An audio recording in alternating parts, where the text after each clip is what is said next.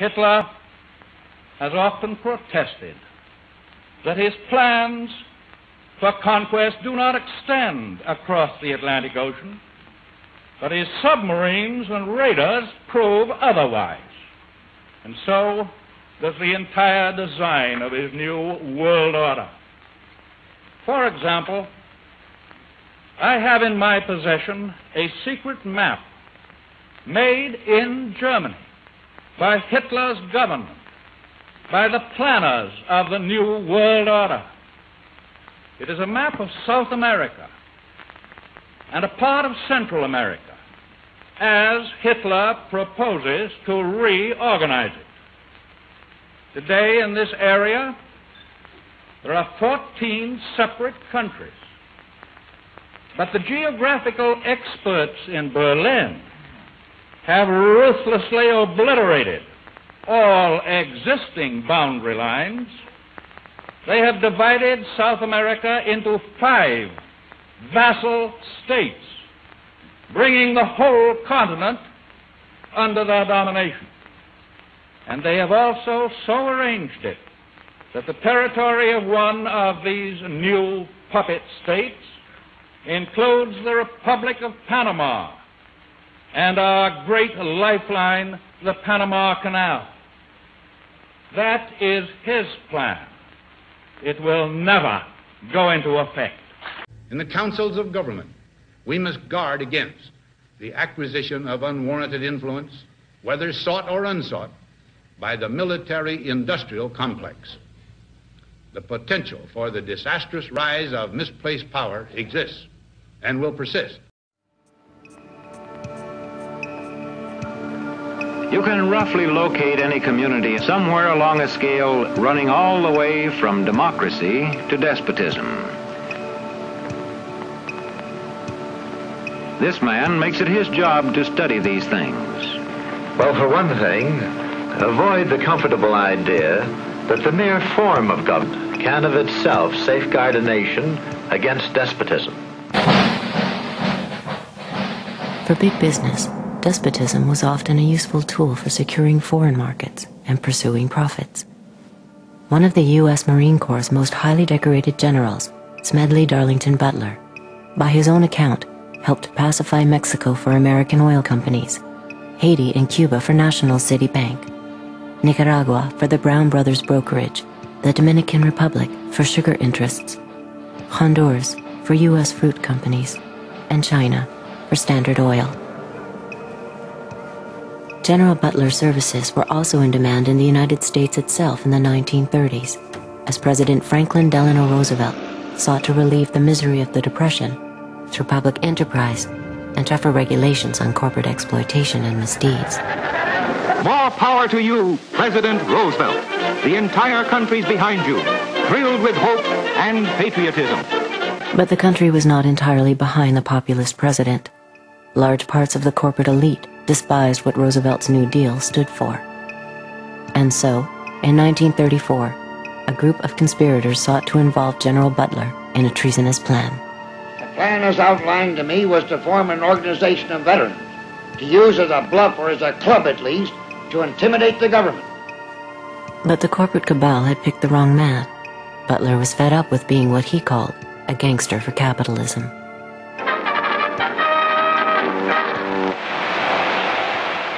I appeared before the Congressional Committee, the highest representation of the American people, under subpoena to tell what I knew of activities which I believe might lead to an attempt to set up a fascist dictatorship.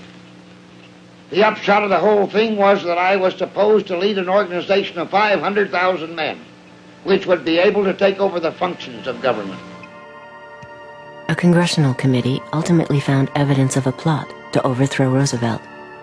According to Butler, the conspiracy included representatives of some of America's top corporations, including J.P. Morgan, DuPont, and Goodyear Tire.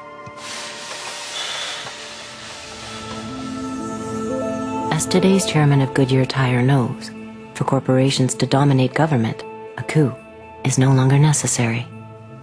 Corporations have gone global. And by going global, the governments have lost some control over corporations, regardless of whether the corporation can be trusted or cannot be trusted. Governments today do not have over the corporations the power that they had and the leverage that they had 50 or 60 years ago. And that's a major change. So governments have become powerless compared to where they were before. Capitalism today commands the towering heights and has displaced politics and politicians as the new high priests and reigning oligarchs of our system. So capitalism and its principal protagonists and players, corporate CEOs, have been accorded unusual power and access. This is not to deny the significance of government and politicians, but these are the new high priests.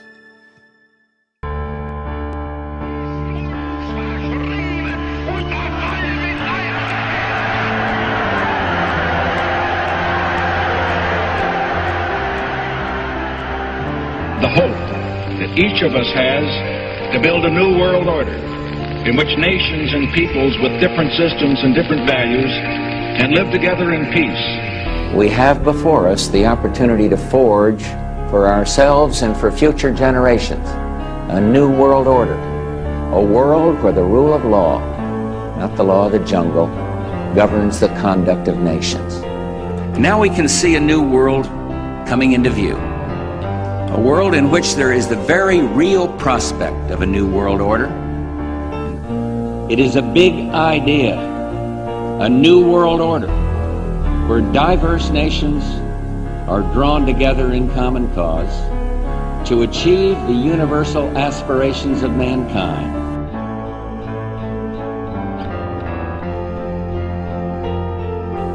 Out of these troubled times, our fifth objective, a new world order, can emerge.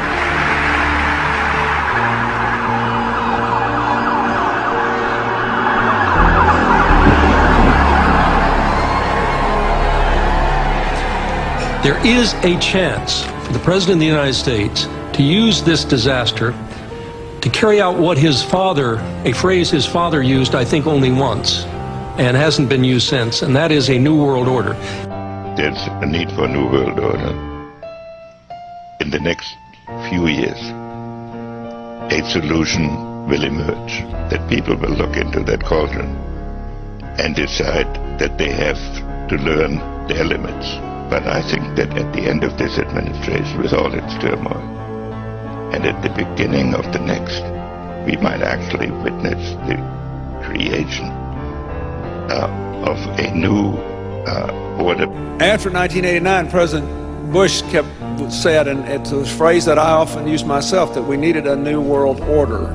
It is a new mindset that the world now needs. It is a real, global New Deal that we need, an ecological and an economic New Deal that we need. In the name of France, I call upon all states to join ranks in order to found the new world order of the 21st century. I think a new world order is emerging, and with it the foundations of a new and progressive era of international cooperation. We need a world of shared global rules, founded on shared global values. When we are successful, and we will be, we have a real chance at this new world order, an order in which a credible United Nations can use its peacekeeping role to fulfill the promise and vision of the UN's founders.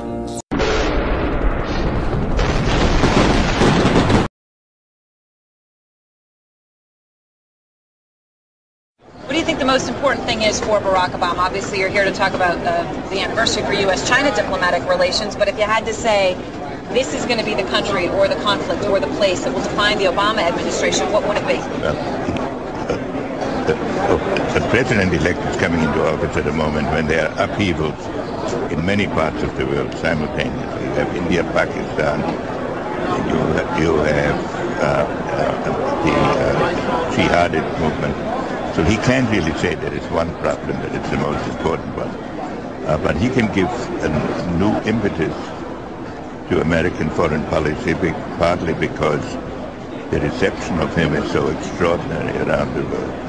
I think his task will be to develop an overall strategy for America in this period when really a new world order can be created. It's a great opportunity. It isn't just a crisis.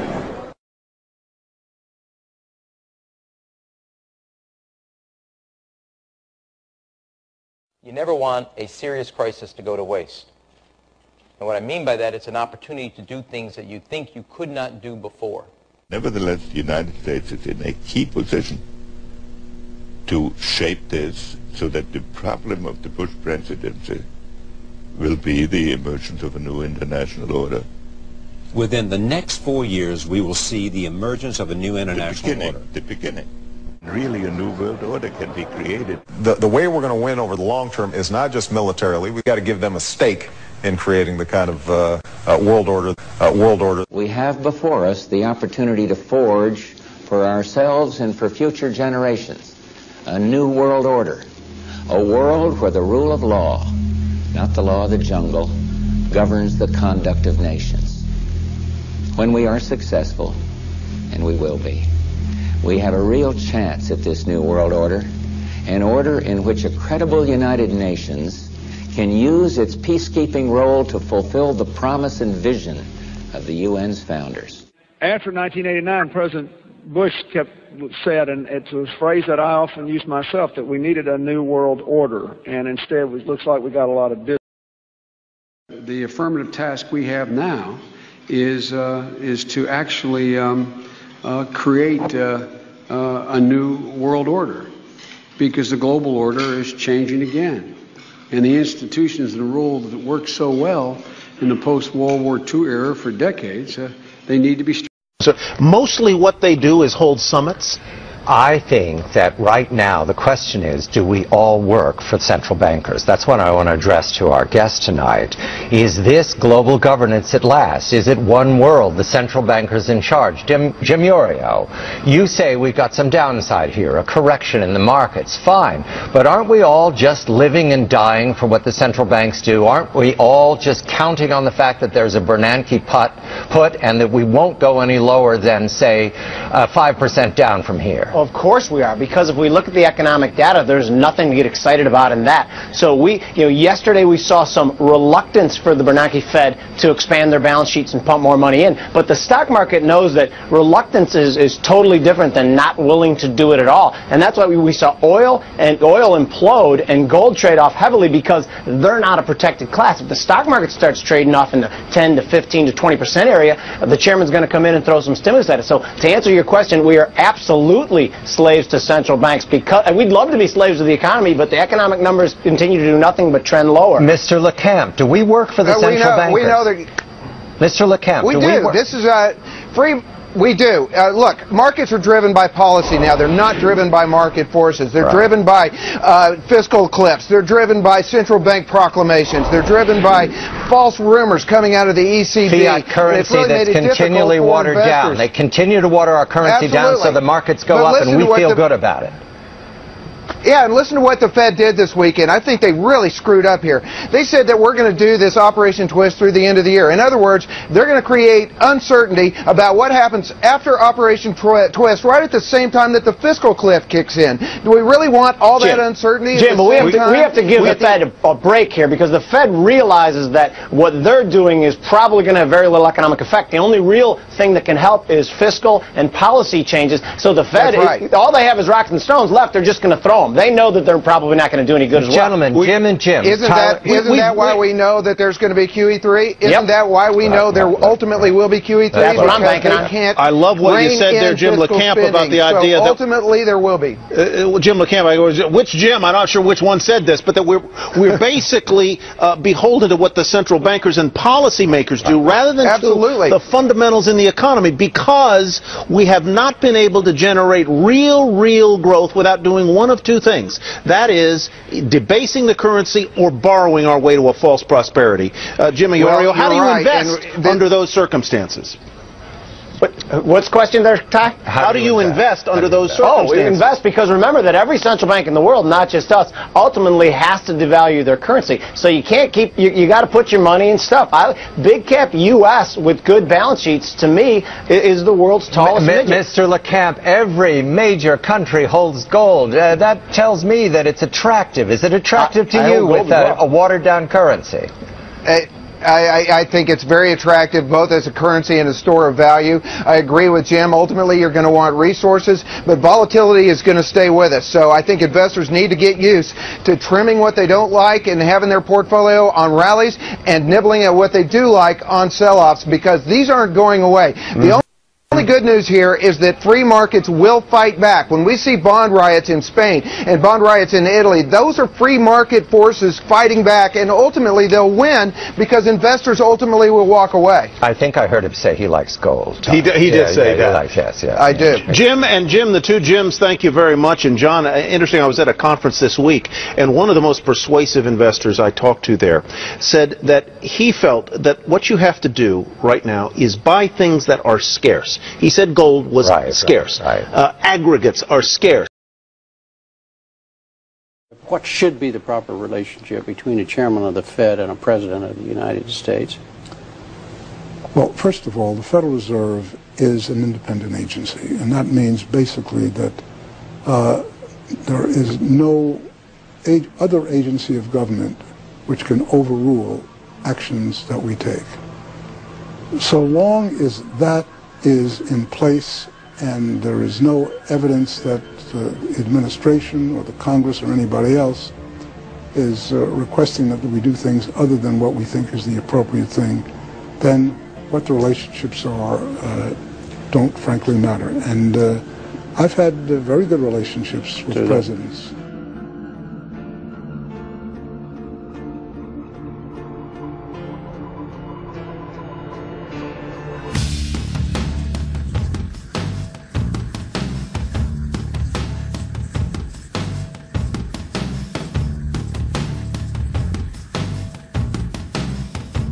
Thank you, Mr. Chairman.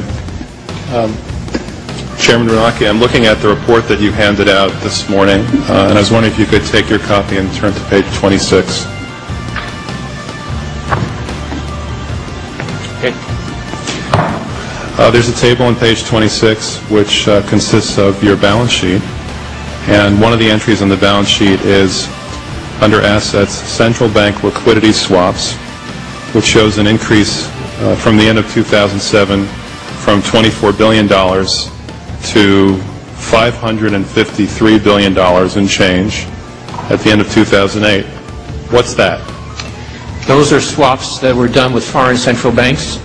Many foreign banks are short dollars, and so they come into our markets looking for dollars and drive up interest rates and create volatility in our markets.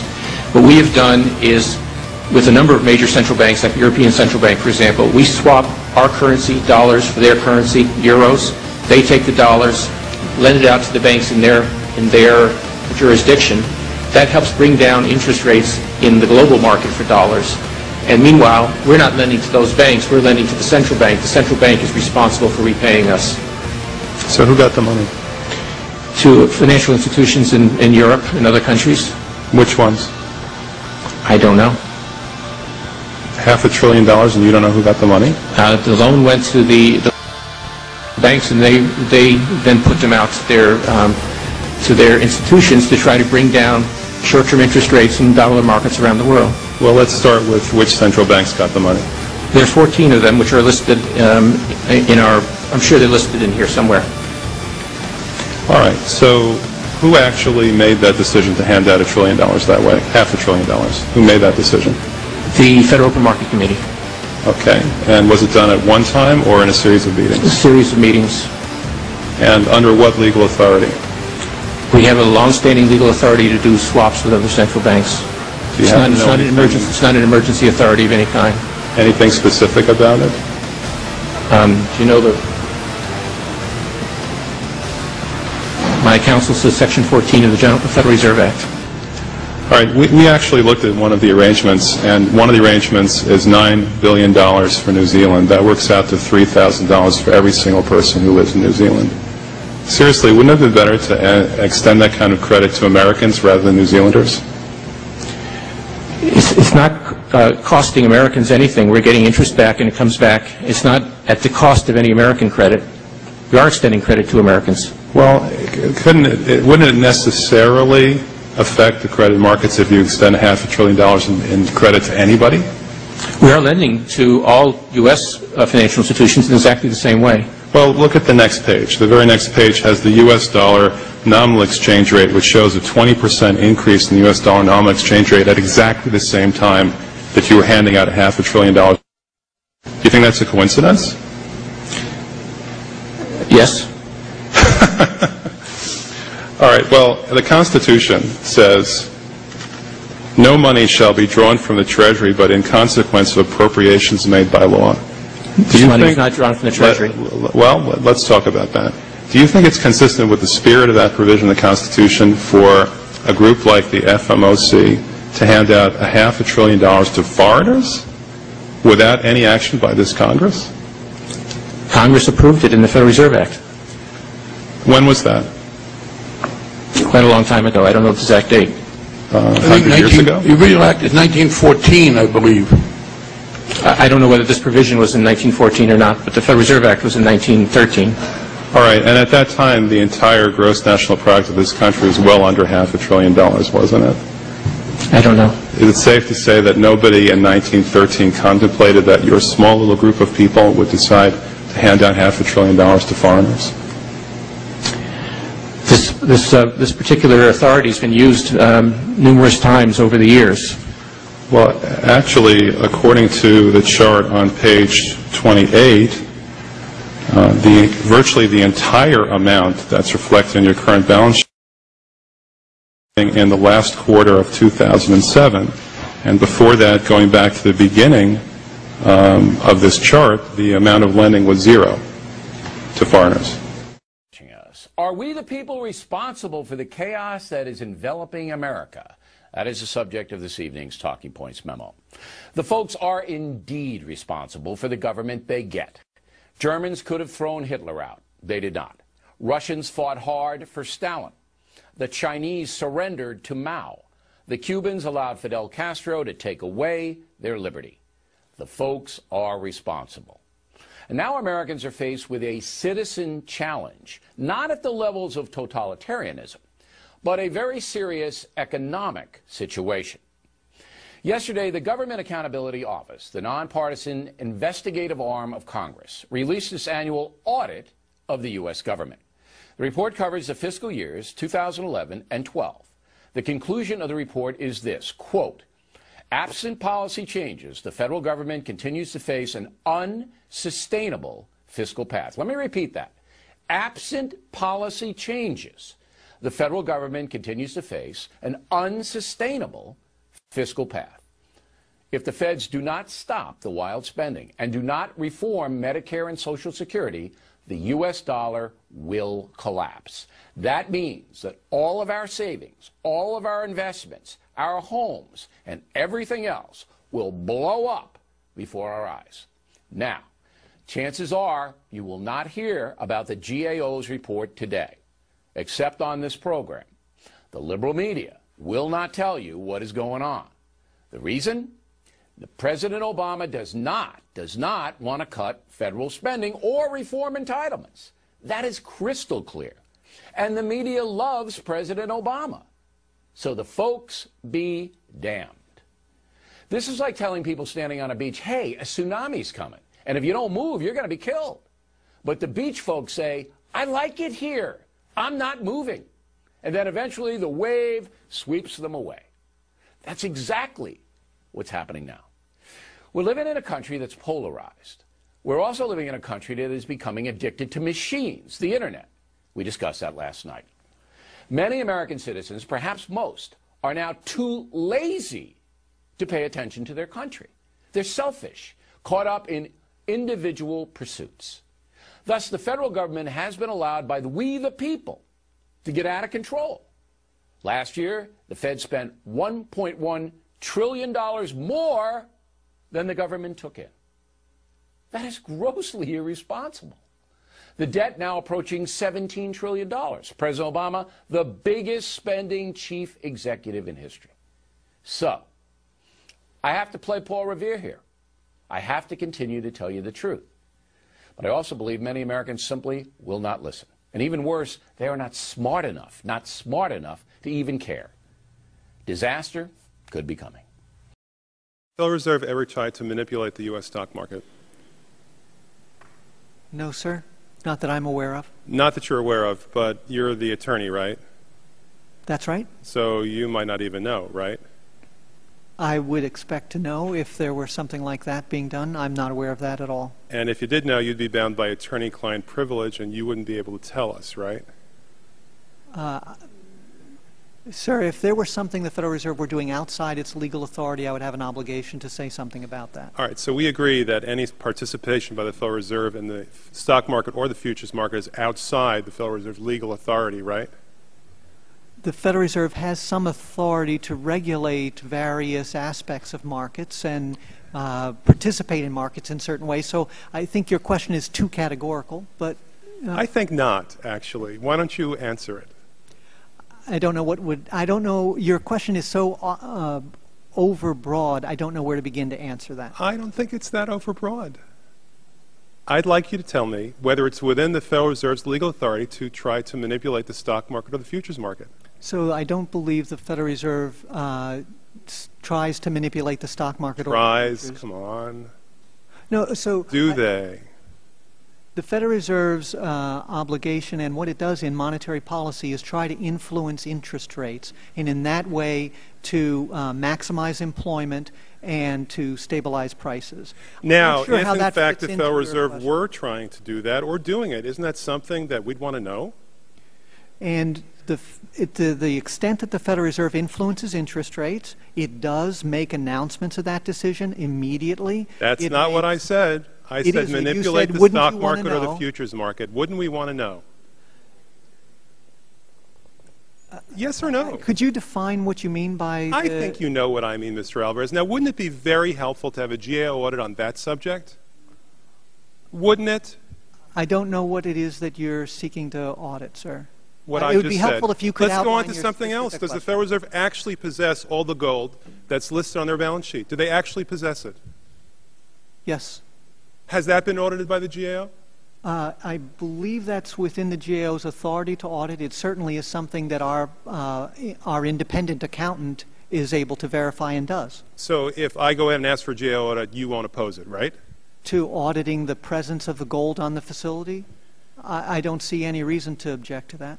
Good. Now, there's been all sorts of claims of insider trading and front-running by the people who execute the trades for the Federal Reserve in the market. By the way, who is that? Who actually executes the trades for the Federal Reserve in the markets?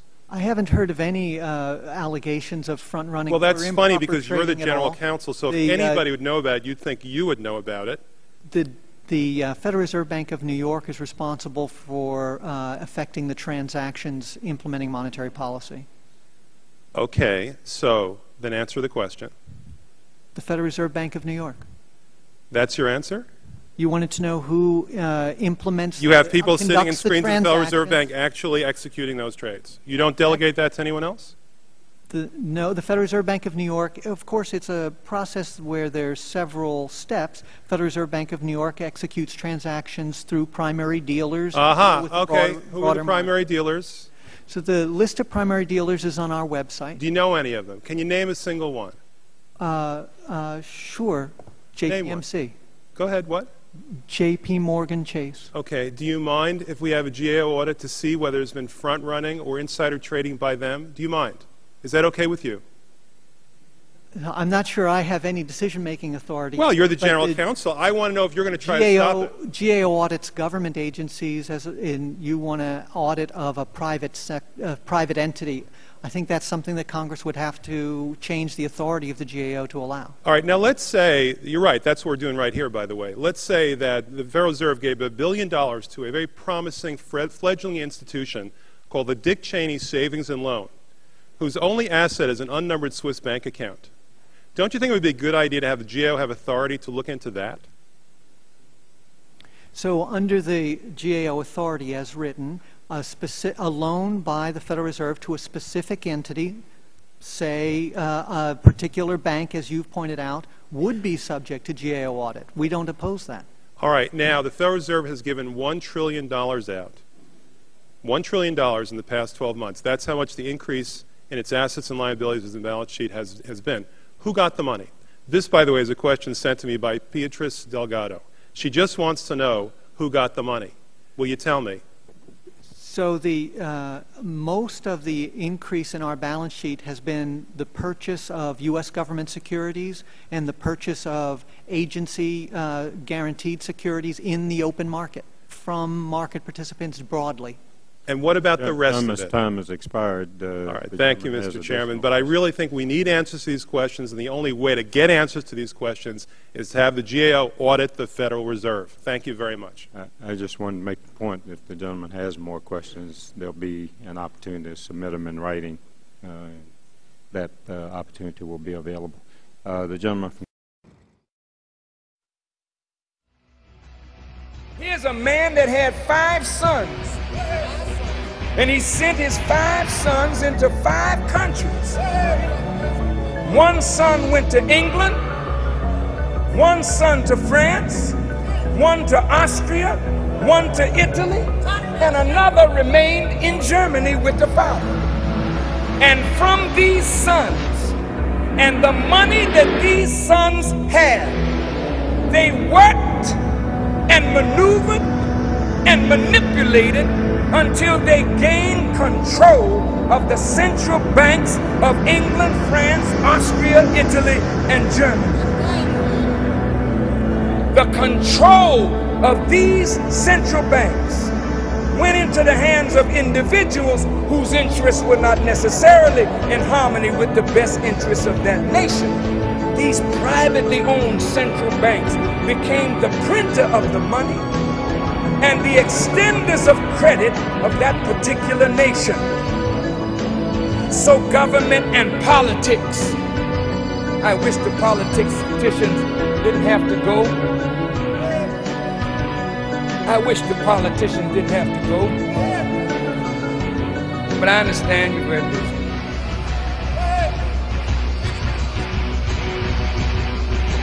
Government and politics in Europe was always controlled by the money interests. Wars were fought, and in order to fight a war, governments had to borrow money. They borrowed money from these central banks. The central banks waxed rich because they loaned money and charged interest, then took over when one side prevails against the other. And when governments could not satisfy the indebtedness, then some of the natural wealth of that country flowed to the bankers.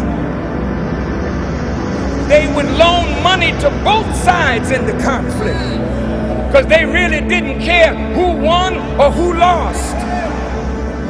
I mean, it's hurtful, but a Jew, Rothschild, loaned money to Adolf Hitler. The only time that Jesus Christ, the Prince of Peace, becomes violent is when he picks up a whip to drive the money changers out of the temple. Capisce? He knew it then. It's the money changers. They're sick, they're psychopaths, they're addicts. They're just like you have a heroin addict. These are money junkies. They can't get enough money. So what's going on is they don't care who dies, who lives, as long as they can get their fix like any other junkie. So they're taking over. And when all else fails, they take you to war. Crash of 29, Great Depression, currency wars, trade wars, World War II, Panic of 08, Great Recession / Depression, currency wars, as you know, going on, trade wars heating up.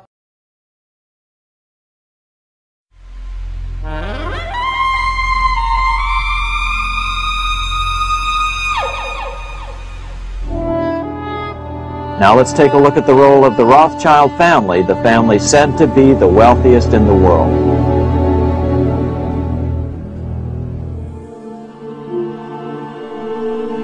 Money is the god of our time, and Rothschild is his prophet. Heinrich Heine. The mythology surrounding the Rothschilds' wealth and power is 2 centuries old. The resulting mythology has proved almost as long-lived as the firm of N.M. Rothschild and Sons itself. Ever since the second decade of the 19th century, there has been speculation about the origins and extent of the family's wealth, about their political influence, not only in the 5 countries where there were Rothschild houses, but throughout the world, about their Judaism. The 5 Rothschild houses constitute an early version of what later became known as the multinational.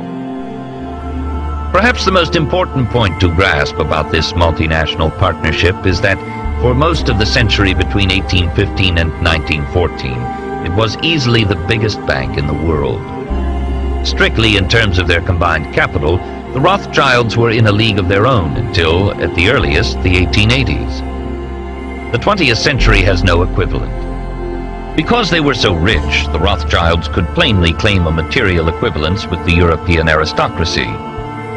They relished the sense that they were sans pareil. In this sense, phrases like kings of the Jews, which contemporaries applied to them, contained an important element of truth. That was exactly the way the Rothschilds saw and conducted themselves. There are no fewer than 153 species or subspecies of insect which bear the name Rothschild, as well as 58 birds, 18 mammals, and 14 plants, including a rare slipper orchid, Paphiopedilum rothschildianum, to say nothing of 3 fish, 3 spiders, and 2 reptiles. The family's almost equally recurrent enthusiasm for the pleasures of the table has also bestowed the name on a soufflé and a savory, prawns, cognac, and Gruyere on toast. There are towns and numerous streets named after members of the family in Israel, Rothschild-owned vineyards at Mouton and Lafitte whose wines are drunk the world over, numerous Rothschild-built houses from the Vale of Aylesbury to the Riviera, and there is even a Rothschild island in the Antarctic. At the same time, the Rothschilds energetically pursued and acquired decorations, titles, and other honors, securing the ultimate prize, an English peerage, in 1885. The third generation also threw themselves into hunting and horse racing, those quintessentially aristocratic pastimes.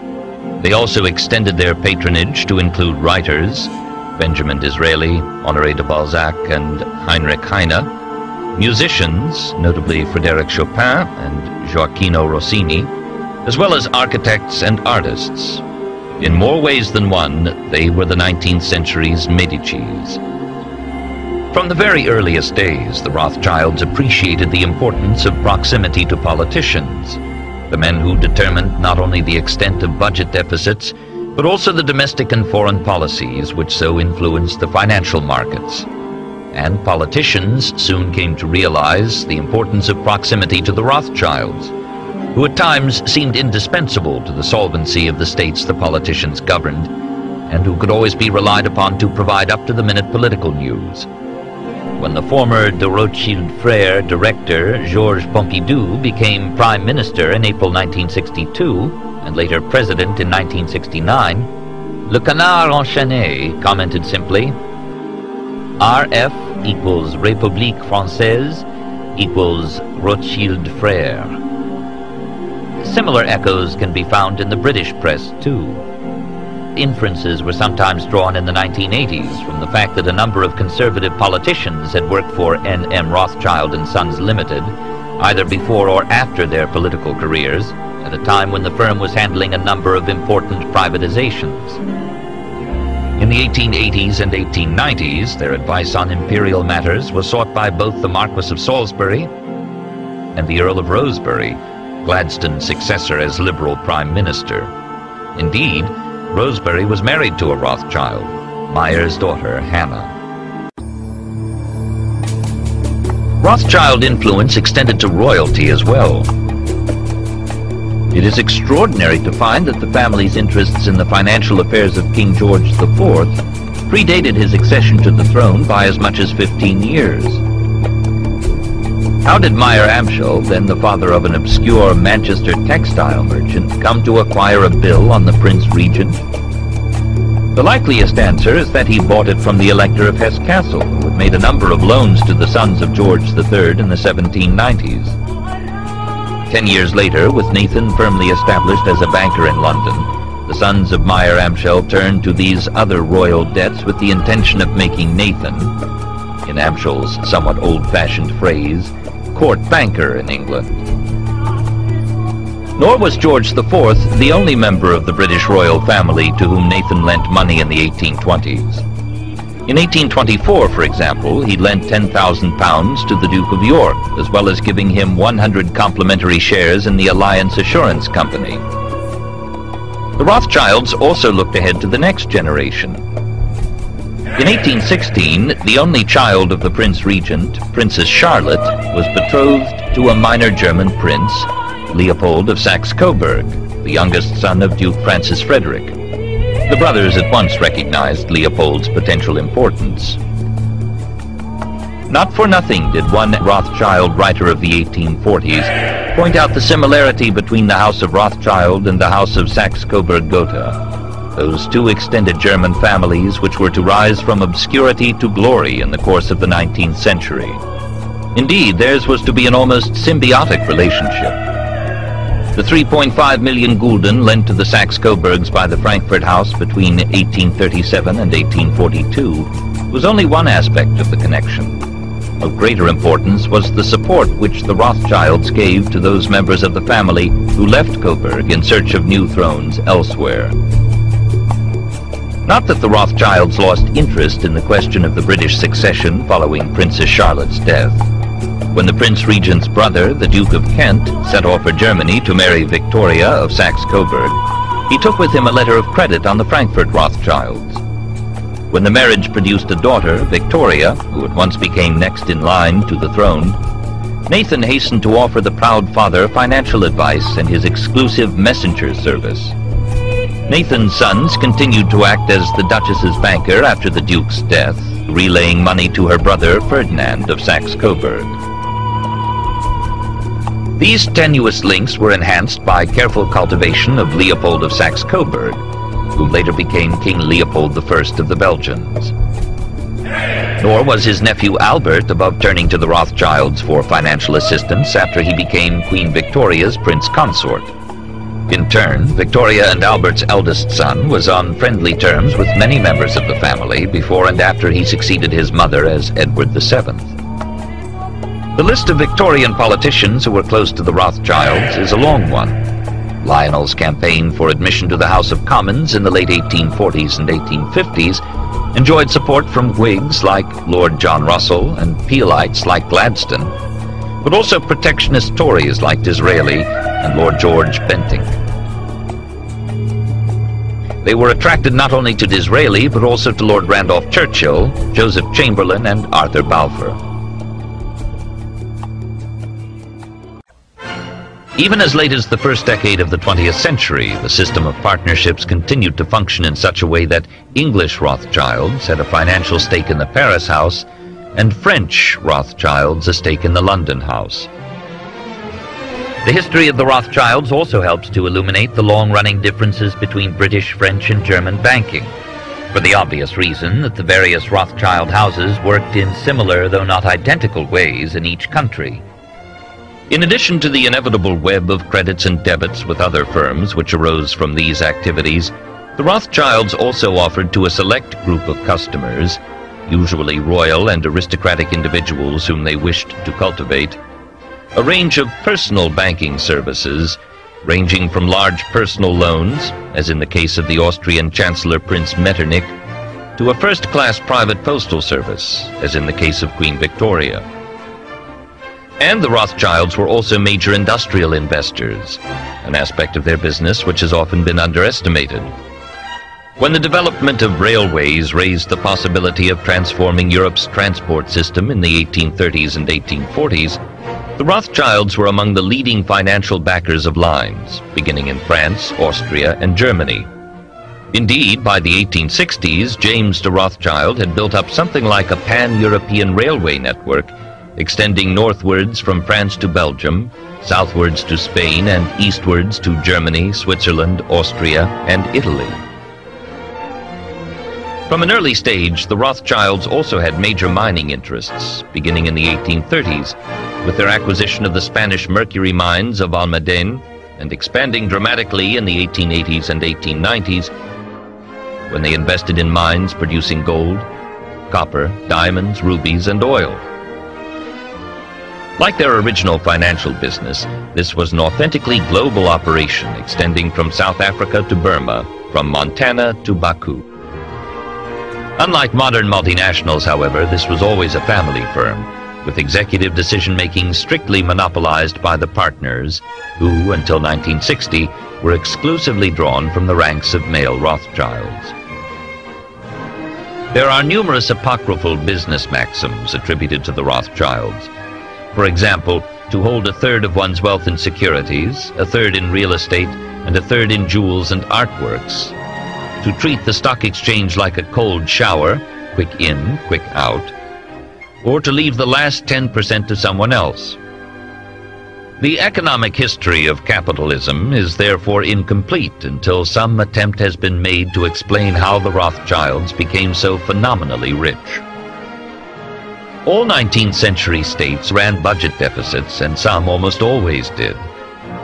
And it was war and the preparation for war which generally precipitated the biggest increases in expenditure.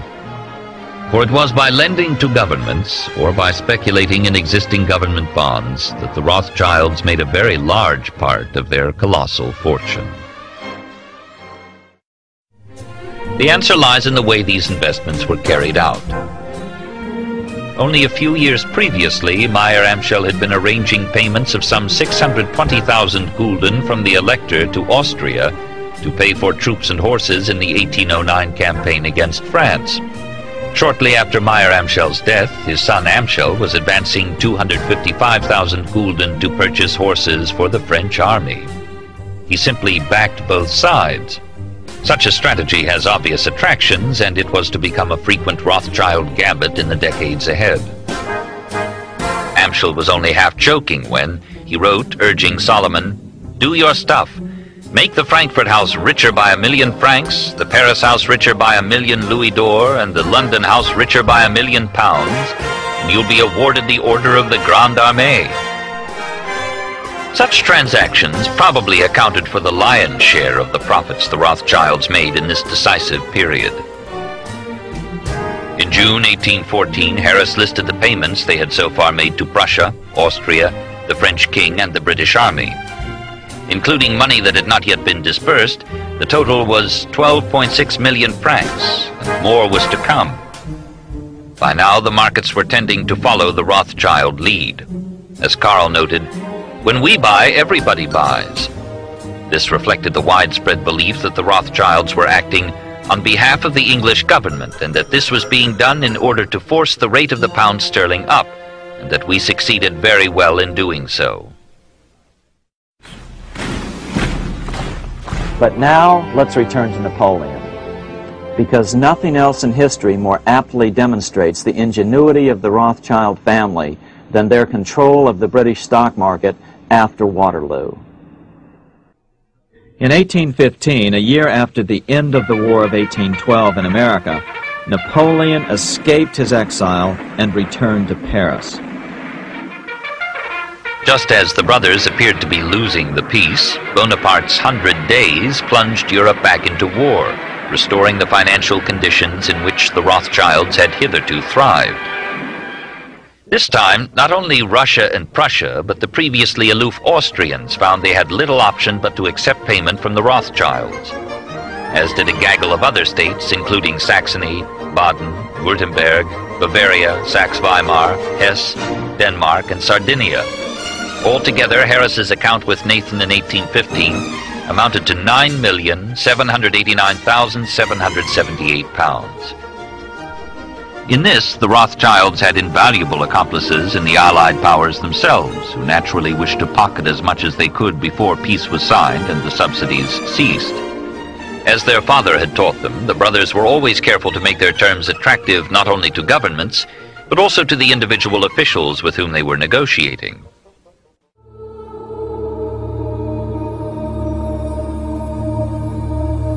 that Nathan profited from the dramatic events of 1815 is central to Rothschild mythology.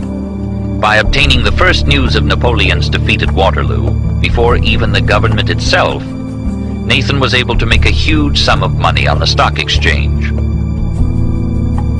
This is the Waterloo battlefield about 200 miles northeast of Paris in what today is Belgium. Here Napoleon suffered his final defeat, but not before thousands of French and Englishmen gave their lives on a steamy summer day in July of 1815. The outcome was certainly in doubt. In fact, had Napoleon attacked a few hours earlier, he would probably have won the battle. Rothschild stationed a trusted agent, a man named Rothworth, on the north side of the battlefield, closer to the English Channel. Once the battle had been decided, Rothworth took off for the Channel. He delivered the news to Nathan Rothschild a full 24 hours before Wellington's own courier. If Wellington had been defeated and Napoleon was loose on the continent again, Britain's financial situation would become grave indeed.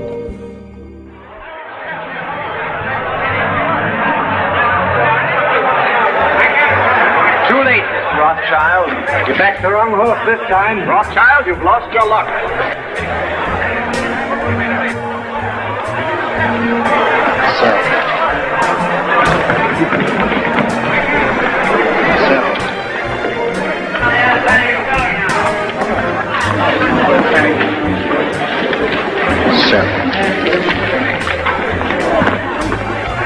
Look at Rothschild. You'd think he was selling apples instead of government bonds. And so now it's 53. All right. I'll keep on selling till I tell you to stop. You're creating something like a panic on the exchange, sir. I know. Other nervous investors saw that Rothschild was selling. It could only mean one thing. Napoleon must have won, Wellington must have lost. The market plummeted. Soon everyone was selling their consols, their British government bonds, and prices dropped sharply. But then Rothschild started secretly buying up the consols through his agents for only a fraction of their worth hours before.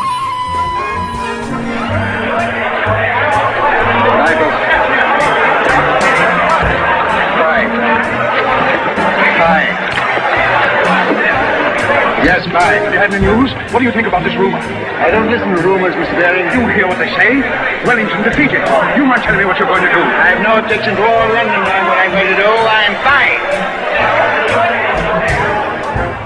What's even more interesting about this story is that some authors claim that the day after the Battle of Waterloo, in a matter of hours, Nathan Rothschild came to dominate not only the bond market, but the Bank of England as well. Whether or not the Rothschild family seized control of the Bank of England, the first privately owned central bank in a major European nation and the wealthiest, one thing is certain. By the mid-1800s, the Rothschilds were the richest family in the world, bar none. They dominated the new government bond markets and branched into other banks and industrial concerns.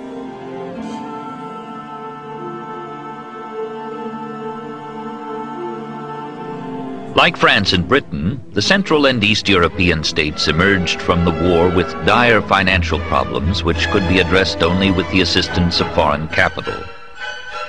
As Disraeli later put it in his novel Coningsby, after the exhaustion of a war of 25 years, Europe must require capital to carry on peace.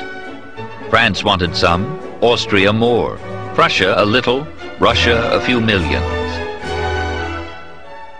Moreover, the policy of the Holy Alliance was bound to create additional financial needs from which the Rothschilds could also profit.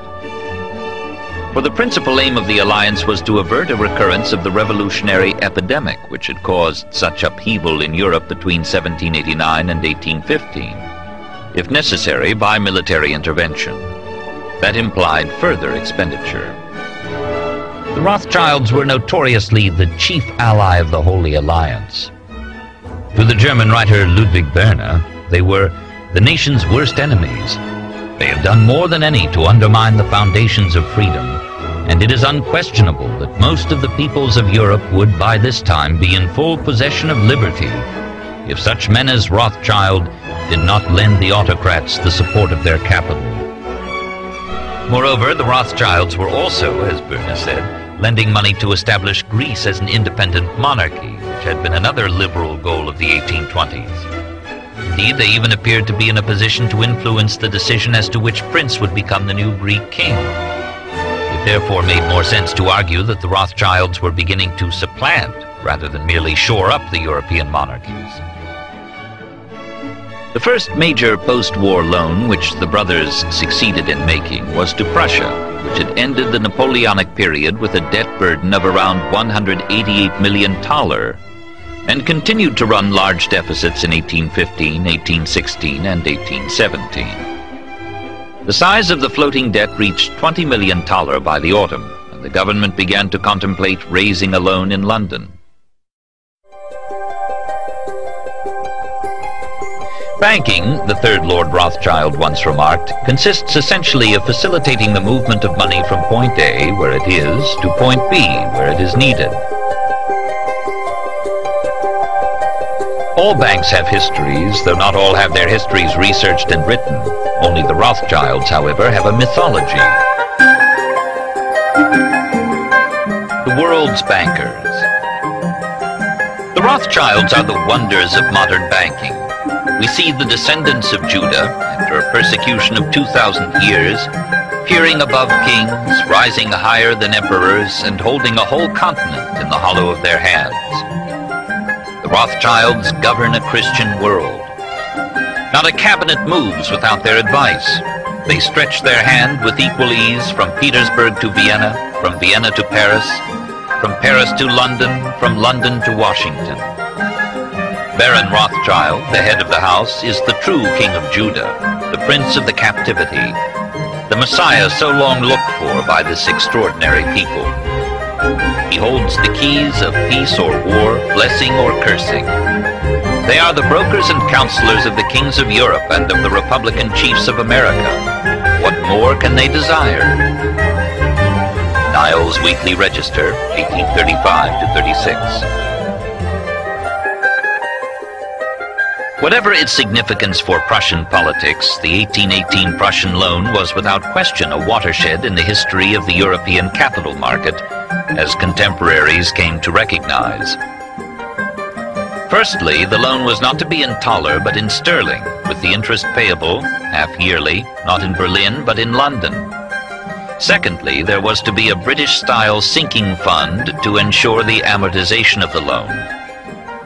This deliberate anglicization of a foreign loan was a new departure for the international capital market. Now it was much easier to invest in foreign funds, and the fact that throughout the century all foreign government bonds paid higher yields than British consols meant that people did. The Times did not exaggerate when it later described Nathan as the first introducer of foreign loans into Britain. Moreover, the loan was issued not just in London, but also in Frankfurt, Berlin, Hamburg, Amsterdam, and Vienna. In other words, it represented a major step towards the creation of a completely international bond market. In stipulating these conditions, Nathan not only succeeded in making the Prussian loan attractive to British and continental investors, he also established a model for such international bond issues, which would swiftly become standard. In his book, On the Traffic in State Bonds, 1825, the German legal expert Johann Heinrich Bender identified this as one of the Rothschilds' principal contributions to modern economic development. Any owner of government bonds can collect the interest at his convenience in several different places without any effort. Henceforth, an investor could receive the interest on Austrian Metallique, Neapolitan Rent, or any other Rothschild-issued bonds from any of the Rothschild houses. Although the terms of the loan were heavily criticized in Berlin, not least by the bankers there, Humboldt and Rother were impressed. Rother went further. The Rothschild in this country has an incredible influence upon all financial affairs here in London. It is widely stated, and is indeed close to the truth, that he entirely regulates the rate of exchange in the city. His power as a banker is enormous. In an unpublished passage of The Baths of Lucca, Heine sought to analyze the nature of the Rothschilds' power more precisely. Here he acknowledges that in the short term it served to shore up the reactionary regimes. Revolutions are generally triggered off by deficiency of money. By preventing such deficiencies, the Rothschild system may serve to preserve peace in Europe. This system, or rather Nathan Rothschild, its inventor, is still providing firm foundations for such peace. It does not inhibit one state from making war on another exactly as before, but it does make it difficult for the people to overthrow established authority. Religion is no longer able to guarantee the governments that the people will remain peaceful. The Rothschild system of loans can perform the task much better. It possesses the moral force or power which religion has lost. It can act as a surrogate for religion. Indeed, it is a new religion, and when the old religion finally goes under, it will provide substitutes for its practical blessings. Strangely enough, it is once again the Jews who invented this new religion. As early as 1828, Prince Hutler-Muskau referred to Rothschild, without whom no power in Europe today seems able to make war. In a multipolar world in which 5 powers with distinct interests sought to resolve international crises without resorting to war, the Rothschilds acted not so much to ensure peace as to underwrite it once it had been made. The case was put in a more sophisticated form by the left-leaning liberal J.A. Hobson, author of the classic Imperialism, a Study, 1902. Like many radical writers of the period, Hobson regarded the Boer War as having been engineered by a small group of international financiers, chiefly German in origin and Jewish in race. The Rothschilds, in his view, were central to this group. Does anyone seriously suppose, he asked in Imperialism, that a great war could be undertaken by any European state or any great state loan subscribed if the House of Rothschild and its connections set their face against it? Cherub had made much the same point from a German nationalist perspective in his History. The House of Rothschild has arisen from the quarrels between states, has become great and mighty from wars, and the misfortune of states and peoples has been its fortune. English examples can also be found. In refusing Gladstone's request to make Lionel de Rothschild a peer, Queen Victoria explicitly questioned whether one who owes his great wealth to contracts with foreign governments for loans or to successful speculations on the stock exchange can fairly claim a British peerage. A good illustration is John Reeves's book, The Rothschilds, The Financial Rulers of Nations, which returns a typical verdict.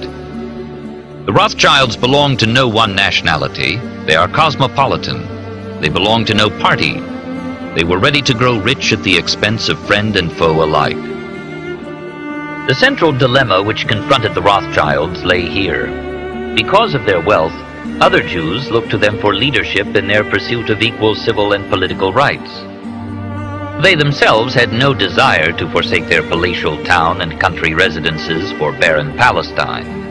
Lionel's nephew Victor struck a similar note of ambivalence when he addressed a meeting of the Earl Baldwin Fund for Refugees. The slow murder of 600,000 people, he told his audience, is an act which has rarely happened in history. Yet, he went on, in spite of humanitarian feelings, we probably all agree that there is something unsatisfactory in refugees encroaching on the privacy of our country, even for relatively short periods of time. Even in 1946, speaking in the House of Lords, Victor defended the policy of restricting immigration to Palestine. The only logical solution was therefore to find some alternative territory for the Jews to go to. The Nazis themselves thought of Madagascar. At around the same time, the Paris House forwarded to Newcourt a proposal to purchase 200,000 acres of Brazil's Mato Grosso, and another to settle Jews in Sudan's Upper Nile Valley. Kenya, Northern Rhodesia, and Guyana were also considered. Only at the 11th hour, it seems, did the Rothschilds recognize the need to admit refugees into Britain and France. This was broadly the argument of the early Zionists like Theodor Herzl. who came to believe that the only solution to the Jewish question was indeed for the Jews to leave Europe and found their own Judenstaat. Herzl made a succession of attempts to win the support of the Rothschilds in the belief that they were about to liquidate their vast capital as a response to anti-Semitic attacks. But his 66-page address to the Rothschild Family Council was never sent, as he concluded from an initial rebuff that they were vulgar, contemptuous, egotistical people. The Rothschilds, he later declared, were a national misfortune for the Jews. He even threatened to liquidate them or to wage a barbaric campaign against them if they opposed him. If a Zionist could use such language in the 1890s, it is perhaps not surprising that the radical anti-Semites who flourished in the defeated states of Central Europe after the First World War did so too. A good example is Dietrich Eckart's address to all working people of 1919. The House of Rothschild owns 40 billion. They only need to administer their wealth to see that it is nicely placed. They do not need to work, at least not what we understand by work. But who provides them and their like with such an enormous amount of money? Who does this? You do it. Nobody but you. That's right. It is your money, hard-earned through care and sorrow, which is drawn as if magnetically into the coffers of these insatiable people. Another early National Socialist who cited the Rothschilds as examples of the Jewish problem he pledged to solve was Adolf Hitler. In an article in the Nazi Völkische Beobachter in May 1921, for example, he named them as one of a group of Jewish capitalists who controlled the socialist press. On at least 2 occasions in 1922, he gave speeches in which he referred to the significant difference between the achievements of a man like Alfred Krupp, who has bequeathed an immense national achievement through his indefatigable work as an innovator, and the rapacity of a Rothschild who financed wars and revolutions and brought the peoples into interest servitude through loans. The television preacher and Republican politician Pat Robertson's book, The New World Order, published in 1991, states that the Rothschilds were polluted by the occultism of illuminated Freemasonry, and that Paul Warburg, architect of the Federal Reserve System, was a Rothschild agent. From a completely different political milieu, Khalid Mohammed, a former assistant to Louis Farrakhan, the leader of the radical African-American organization Nation of Islam, has repeated the suggestion that the Rothschilds financed Hitler and aided his anti-Semitic policies. A cursory search of the internet reveals a plethora of conspiracy theories. The Rothschilds arranged the murder of President Lincoln, as his post-war policies would have wrecked their commodity speculations. The Rothschilds financed the rise of Hitler as a bulwark against the Soviet Union.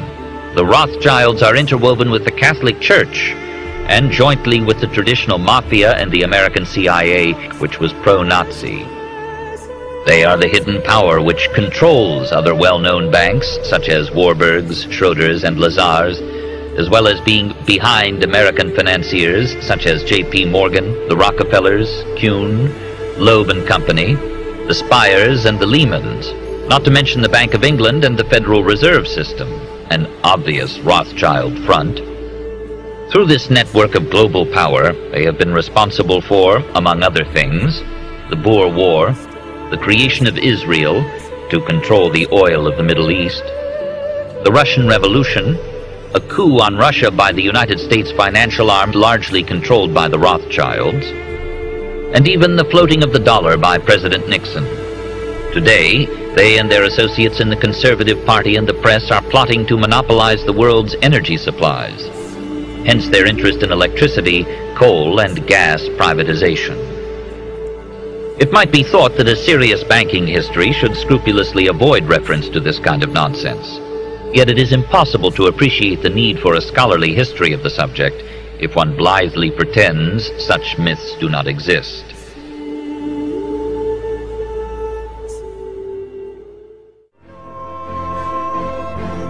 In 1823, the 12th, 13th, and 14th cantos of Byron's Don Juan were published in London at a time when their author was embroiled, fatally as it proved, in the Greek struggle for independence.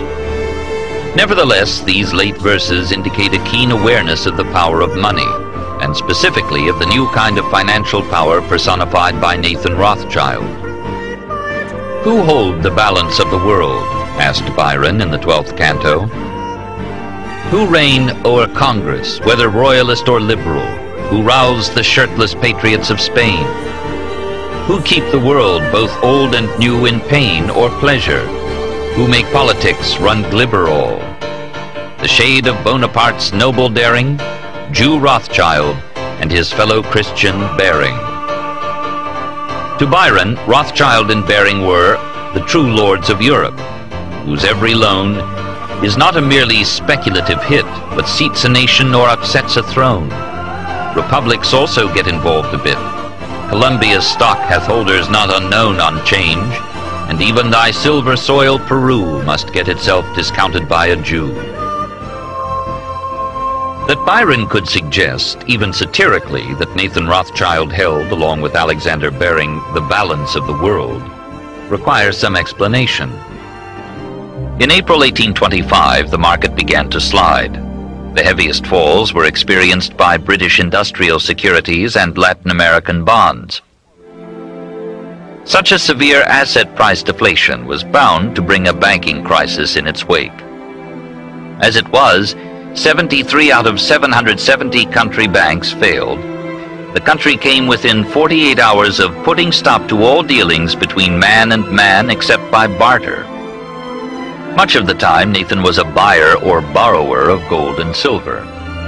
In December 1825, however, it was the other way round. The Rothschilds gave the bank their gold, supplying the old lady of Threadneedle Street with enough specie from the continent to avert a suspension of cash payments. Of course, Nathan would not have made such immense deliveries of gold without asking for a generous commission in return. The operation has to be seen as part of his campaign to establish himself as the dominant force in the London bullion market. The rescue of the bank was a remarkable achievement which owed everything to the international nature of the Rothschilds' operations. In effect, the brothers were establishing that system of international monetary cooperation which would later be performed routinely by central banks, and on which the gold standard came to depend. Increasingly, their position in the international bullion market was becoming as dominant as their position in the international bond market. Byron was therefore not far wide of the mark when he suggested in Don Juan that Baring and Rothschild reigned over both royalists and liberals, and that their loans could seat a nation or upset a throne. He erred only in regarding the two bankers as financial equals. In 1815 they had been. By 1825 they were not. If there was a sixth great power in the 1820s, it was no longer Baring's, but Rothschild's. At the same time, by dint of their size, the Rothschilds came to see themselves as bearing a degree of responsibility for the stability of the banking system as a whole. This explains their reluctance to see their rivals fail. In all this, the Rothschilds were increasingly beginning to think in a way fundamentally similar to that characteristic of central bankers. The central banks of England and France continued to be partly private institutions. In terms of their financial resources, they were in fact the only banks comparable with the Rothschilds, though of course they were national, where the Rothschilds were international, and the Rothschilds had no interest in resisting their monopolization of note issue. The relationships between the Rothschilds and the European central banks were thus almost always close and symbiotic. Of growing importance as a non-exclusive source of financial information and misinformation in this period was, of course, the press. It might be thought that the proliferation of newspapers in the 19th century tended to erode the advantages which the Rothschilds were able to derive from their private system of communications. On the other hand, the existence of financial pages in newspapers presented new opportunities for influencing the markets, which the Rothschilds were not slow to exploit. Nathan responded to early press attacks by establishing what was to be an enduring relationship with the most influential of all British papers, The Times. The Times correspondent reported from St. Petersburg that the mere appearance of James Rothschild at the Bourse was expected to boost Russian bond prices. By the summer of 1825, therefore, the Rothschilds had succeeded triumphantly in establishing themselves as the leading specialists in European public finance. And not only European. New fiscal needs quickly arose from the political crises which beset the Spanish and Ottoman empires in this period. It was this need which Nathan and his brothers successfully met. The system they developed enabled British investors and other rich capitalists in Western Europe to invest in the debts of those states by purchasing internationally tradable, fixed-interest transferable bonds. The significance of this system for 19th century history cannot be overemphasized. For this growing international bond market brought together Europe's true capitalists, that elite of people wealthy enough to be able to tie up money in such assets and shrewd enough to appreciate the advantages of such assets as compared with traditional forms of holding wealth, land, venal office, and so on. Bonds were liquid. They could be bought and sold 5.5 days out of 7 on the major bourses of Europe and traded informally at other times and in other places. And they were capable of accruing large capital gains. If investors bid up the price of a government's stock, that government could feel secure. If they dumped its stock, that government was quite possibly living on borrowed time as well as money. For this reason, bond prices had a significance which historians have too seldom spelt out. They were, it might be said, a kind of daily opinion poll, an expression of confidence in a given regime. Of course, they were an opinion poll based on a highly unrepresentative sample by modern democratic standards. Only the wealthy, the capitalists, got to vote. These capitalists were thus to a large extent Europe's political class. Indeed, the kind of people who held government bonds were, very roughly speaking, the people who were represented politically, and their opinions were the opinions that mattered in a stratified, undemocratic society.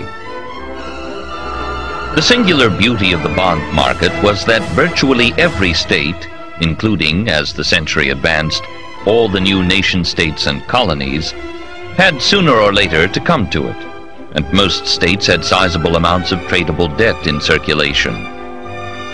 The varying fortunes of government bonds provide a vital insight into the political history of the period. They are also the key to understanding the extent of the power of a bank like Rothschild's, which for much of the 19th century was the prime market maker for such bonds. What determined the ups and downs of the 19th century bond market? The answer to this question is central to any understanding of the history of the Rothschild Bank. Obviously, economic factors played an important part, but the most important factor was political confidence. The confidence of investors, and especially of big market-making investors like the Rothschilds, in the ability of the bond-issuing states to continue to meet their obligations, that is, to pay the interest on their bonds. There were only really two things which might cause them not to do so: war, which would increase their expenditures and decrease their tax revenues, and internal instability, ranging from a change of ministry to full-blown revolution. It was for indications of either of these possible crises that the markets, and the Rothschilds more than anybody, watched. Three things would give an investor an edge over his rival: closeness to the center of political life, the source of news, the speed with which he could receive news of events in states far and near, and the ability to manipulate the transmission of that news to other investors. This explains why the Rothschilds spent so much time, energy, and money maintaining the best possible relations with the leading political figures of the day. It also explains why they carefully developed a network of salaried agents in other key financial markets, whose job it was not only to trade on their behalf, but also to keep them supplied with the latest financial and political news. The Rothschilds' communications network gave them an important advantage over their competitors. Even after they lost this edge, they continued to exercise an influence over the financial press through which news reached a wider public. Indeed, it can be argued that By modifying the existing system for government borrowing to make bonds more easily tradable, the Rothschilds actually created the international bond market in its modern form.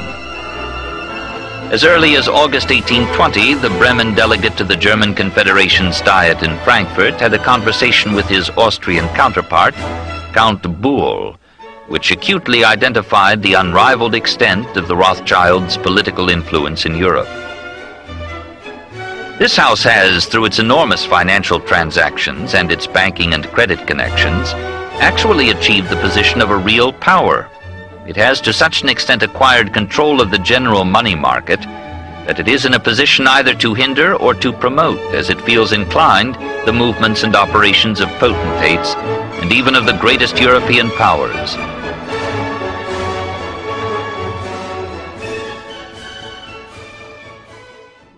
In fact, the rest of the 19th century was known as the Age of the Rothschilds. They financed Cecil Rhodes, making it possible for him to establish a monopoly over the diamond and gold fields of South Africa. In America, they financed the Harrimans and railroads, the Vanderbilts and railroads and the press, and Carnegie in the steel industry, among many others. By 1850, James Rothschild, the heir of the French branch of the family, was said to be worth 600 million French francs, 150 million more than all the other bankers in France put together. He built this mansion called Ferrier, just east of Paris. Wilhelm I, on seeing it, exclaimed, "Kings couldn't afford this. It could only belong to a Rothschild." Another 19th century French commentator put it this way: "There is but one power in Europe, and that is Rothschild." By the end of the 19th century, one expert estimated that the Rothschild family controlled half the wealth of the world. Despite this overwhelming wealth, the family has generally cultivated an aura of invisibility. Although the family controls scores of industrial, commercial, mining, and tourist corporations, only a handful bear the Rothschild name. There is no evidence that their predominant standing in European or world finance has changed. A dynasty turns jet. Things were getting back to normal in 1945, but what, in family terms, was normalcy? The house at Hamilton Place, built by Leo, became one of London's most luxurious clubs. Another Rothschild residence in Kensington Gardens now constitutes the Soviet-Russian embassy. And in France, the Titanic manse at 2 Rue Florentin on the Place de la Concorde has gone the way of all Titanic manses. Talleyrand had lived there before Edouard de Rothschild moved in. When Edouard put it on the market, only one customer could afford the price: Uncle Sam. It became the European headquarters of the Marshall Plan, and today is tenanted by the United States mission to NATO and to European regional organizations.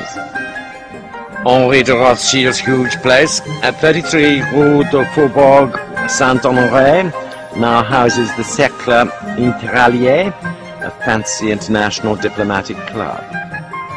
On the same street, the United States Embassy has taken over number 41, built by the first Baron Edmond.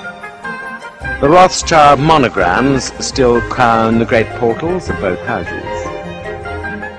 Last, not least, Ferrier, the crown jewel among Rothschild possessions. No one was rich enough to buy it, nor did the French branch want to part with such a symbol. Initially, a great deal of labor went into untangling the various pre-war debts on which countries like Chile and Hungary had defaulted.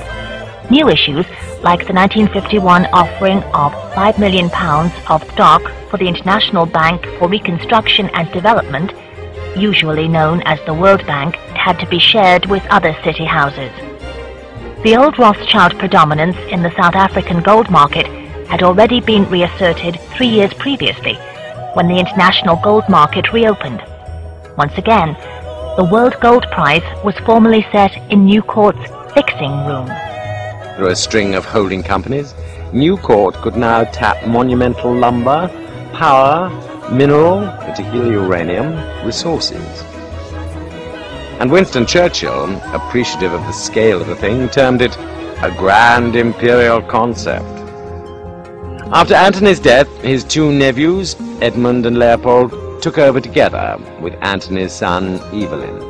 In addition, Evelyn sat on the boards of Beaverbrook newspapers, The Economist, and later The Telegraph plc. Edmund, the senior partner, struck out in still other directions, as owner and operator of the Royal Mint Refinery, as gold agent to the Bank of England, and as merchant banker extraordinary, consolidating still further New Court's position as a key bullion broker in the English Commonwealth, and laying the foundation for its present preeminent position in the Australian natural resources market. Rothschild Australia accounts for around a third of the N.M. Rothschild Group's profits. It retained its long-standing interest in gold, even after the breakdown of the gold pool as a consequence of the pressures brought to bear on the dollar by the Vietnam War. Above all, it was to the countries of the developing European Economic Community that the bank looked. Most far-sighted of all was the Rothschild plan for a new currency called the EURCO, European Composite Unit, based on the values of 9 major European currencies, forerunner of the later ECU and Euro. In September 1967, a Channel Study Group was formed, along with Morgan Grenfell, Lazar and Barings, in an effort to revive the old Victorian dream of a tunnel under the English Channel. N.M. Rothschild maintained its interest in the project and acted as advisor to the European Channel Tunnel Group, which initiated the present Channel in 1981. It was at around this time that Guy, the head of the Paris house, was being touted in some quarters as EEC Banker Rothschild. The French Rothschilds are richer still, and they have become richer faster since Baron Guy assumed the reins at the death of his father Edouard. With similar aggressiveness, Guy has fortified the position of de Rothschild Frères as the largest private bank in France. His main instrument here is the Compagnie du Nord, the railroad network, which became family property after the dynasty James financed it into existence. Through its railroad-turned-investment trust, the family controlled, and after the Nazi nightmare controls again, mining corporations, metal plants, oil interests, chemical industries, and many others. This sort of setup requires a feudal allegiance. There are whole families that have been on the Rothschild payroll for over a century. A first tentative step in this direction was taken in 1960, when N.M. Rothschild and Warburgs placed £340,000 shares in the August Thyssen Steel Company on the London market, the first German shares to be quoted in London since the war. Then there is Guy's cousin, Edmond. He is faithful enough to family discretion to keep the portals of number 45, Rue de Faubourg Saint-Honoré, signless and anonymous. From this headquarters he runs the Compagnie Financière, a worldwide organization which builds villas, hotels, pipelines in Israel, throws up giant housing projects in Paris, finances banks and car factories in Brazil. He greatly enlarged the family holdings on the slopes of Mont Blanc, complete with ski lifts, swimming pools, tennis courts and nightclubs. He also underwrites and develops not merely hotels, but entire new tourist regions in Martinique and Guadeloupe in the French Caribbean. With Lord Rothschild as partner, he is responsible for the flowering of Israel's luxury golf resort at Caesarea. Edmund James Rothschild Memorial Group contributed $1 million to the Weizmann Scientific Institute in Tel Aviv, gave $3 million towards the construction of the Knesset, and foots the bill for many of Israel's archaeological expeditions. Pre-1914 links to Japan were also renewed by Edmund, who made several visits there between 1962 and 1969, arranging Eurodollar bond issues in partnership with Nomura Securities for a number of Japanese companies, including Hitachi and Pioneer. The logical way of advancing Britain's financial integration with the continent was to establish some kind of cross-channel institutional link. The creation of Rothschild's Continuation Holdings AG as the Swiss-based parent company was in this sense pregnant with historical significance. To recreate something like the system of international partnership which had been the Rothschilds' greatest strength in the 19th century. The N.M. Rothschild Group is thus a multinational entity. More than 50% of its assets are now held outside the UK, with a wide geographical reach. Again, reminiscent of the system of houses which had been developed by Meyer Amschel's sons after 1815.